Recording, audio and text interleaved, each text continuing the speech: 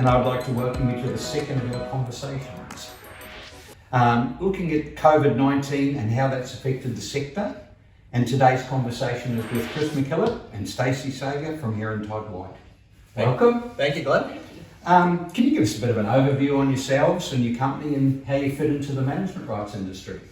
Certainly. I'll start. I'm director of Herron Todd White on the Sunshine Coast.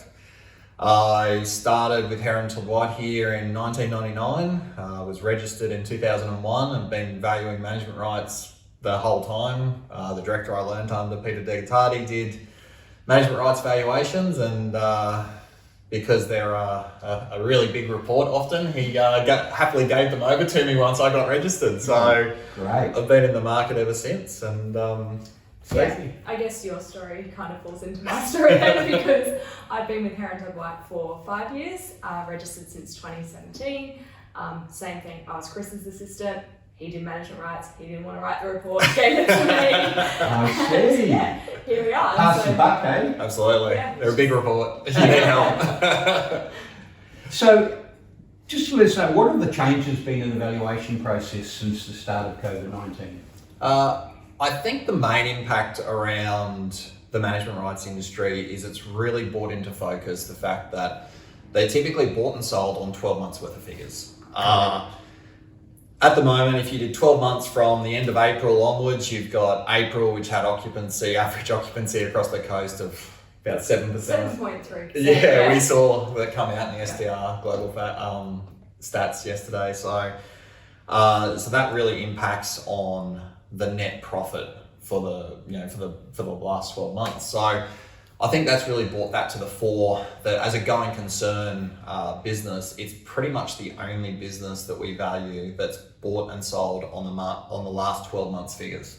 Typically caravan parks, motels, hotels, everything else that we do is done on, you typically get a minimum of 3 years worth of trading figures. Some give us longer, and then we do a projection going forward on what's a net maintainable profit, and that's probably been the biggest impact. That I think it will show that management rights, you need far more information to decipher where the property really sits in the market in terms of being able to maintain its net profit.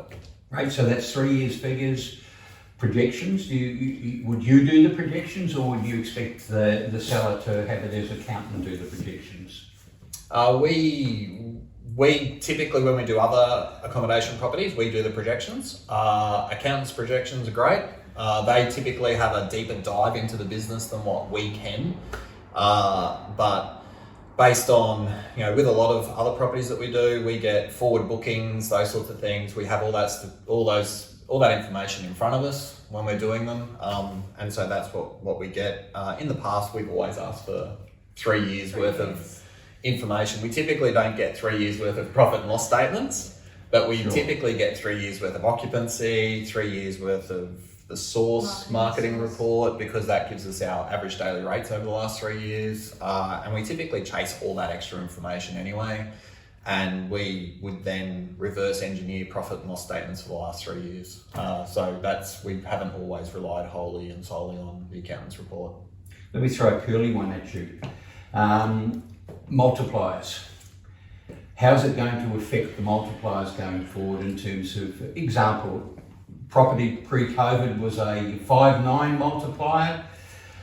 Figures have been solid. We've got 3 years. What's your thoughts on maybe where that might sit now in this market? Yes. Stacey and I were talking about this coming up. I wonder if we get asked that question where we land. The hard part is really that the lack of precedent for this. I've been talking to a lot of people about the difference between the GFC and COVID. The GFC it became a lack of confidence issue 12, 18 months past at the moment, but it really was a lack of liquidity in the market. You had to be a prime client to get funding. For management rights, for example, you had to basically come along, you had to have, only borrowing 50%, you were willing to pay P&I on your loan straight off the bat, all these sorts of things you were willing to do to get a management rights deal across the line sort of for that first 18 months. they were really hard to get done. You had to be a really good client. You had to be willing to do all those things to get a deal across the line. At the moment, there's liquidity in the market. You can go to the bank and get a loan.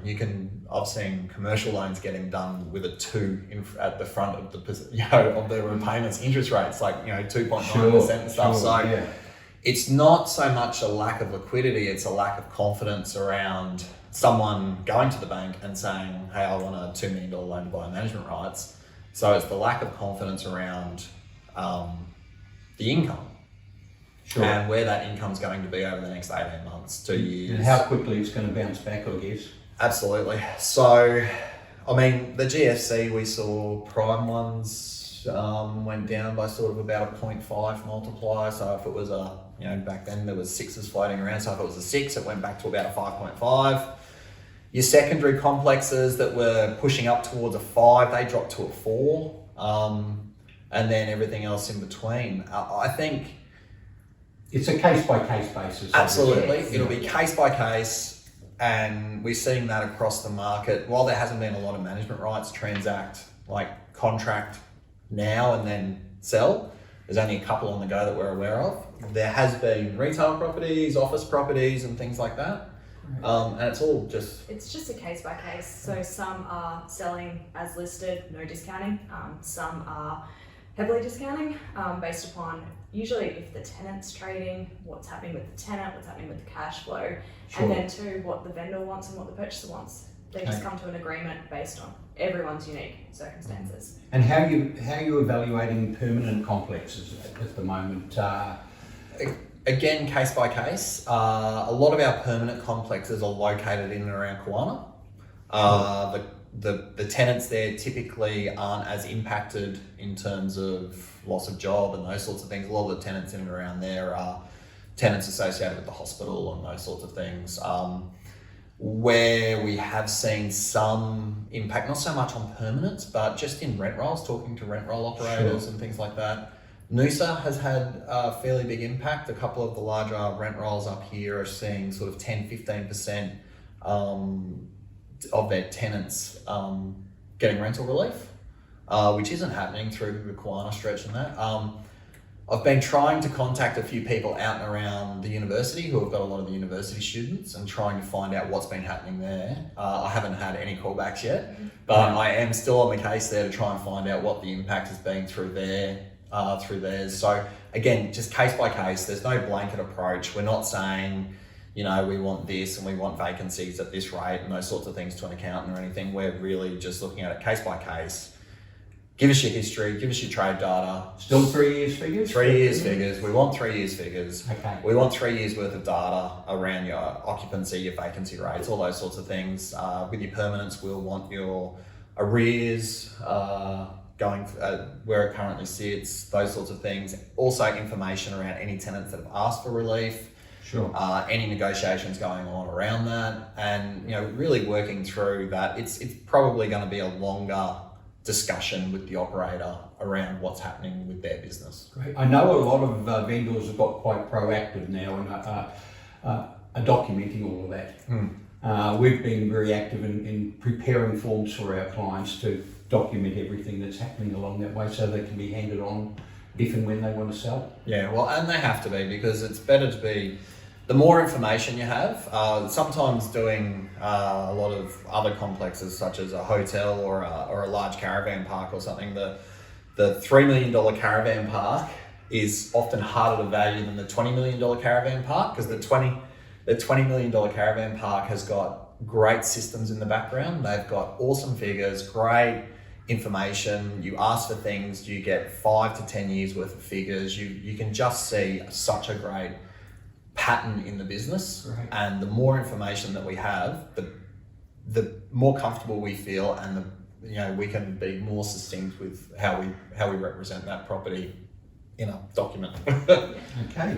How are the banks influencing your decisions? Are they have they asked you for more information, or have they? No, not so much. The banks are really, most of the banks have let valuers decipher the market. Sure. We're sending out market updates to them and things like that to give them constant feedback on where we see the market. And that's really based around constant discussions with people at the coalface, such as yourselves, commercial agents, operators, things like that. Banks haven't changed their requirements around their standing instructions of what's required for a valuation to be accepted by them. But some of the banks already, which isn't well known in the management rights industry, some of the banks already ask for 3 years figures, doing a management rights valuation. And so when you don't get them, you're sort of having to, as I said, we reverse engineer that. And so some of them already ask for it. Last but not least, if you had a seller wanting to sell at the moment, would you recommend they get a valuation up front? Definitely for the unit. Definitely. Yeah. Okay. What about the business? The business, it would, it's more business for us, so happily to do that. But definitely we could get involved in that and do a valuation for them. It'd be important for them to work to see how we do it in terms of any loss of income at the moment. Sure. How we don't basically say if you're a $700,000 business now and all of a sudden you're a $500,000 business at the end of April or end of May, that's not representative of what we're adding the multiplier to. Again, we're assessing what we consider to be the net maintainable profit. So if we've got 3 to 5 years or longer of trade data saying that this is a $700,000 net profit business year in, year out, it's got a stable letting pool, it's got a stable occupancy, the average daily rate increases slightly, the cost base is increasing slightly in line with that, but the profit margins are staying the same, then we've got that and we can really paint the picture that, once things improve, this is a $700,000 business. Sure. The only impact will be in the next 3 months, 6 months, 12 months, depending on the restrictions. And that is then a below the line adjustment. So you're doing your calculation based on a $700,000 net profit, adopting a multiplier, and then you've got a reduction from that value based on the loss of income over the next 3, 6, 12 months that you think is appropriate as a valuer. Right. Making a judgment call on that. So would you suggest people hang on if they're looking to sell at the moment? And how long would you anticipate they would have to hang on to get back into, pre-COVID multiplier levels? I know that's how long's a bit of string. Oh, yeah. Look, again, individual decision. Case by case. Yeah. If you want to sell because you want to move on, or it's an opportunity cost to you that you're willing to take to sell now to move on to something else, then that's an individual's decision on that. But in terms of if you didn't have to sell and you're still motivated and you're still loving your job and those sorts of things, and you're doing a good job and there's no issues with body corporate or anything like that, you've got good solid top ups available, you would hang on if you're in a good financial position, got a good relationship with your bank. There's a lot of factors that will be impacting managers at the moment that they will have to weigh up all those things for their own decisions around that. And we can help provide where we see the property sit in the market at the moment from that point of view, as a conduit between where the buyer sees it, where we see it, and where the bank ultimately will lend. We're happy to provide that sort of information as well. Okay, well thank you Chris, thank you Stacey. That's it. Thank you. Thanks, bud. Great. Cheers.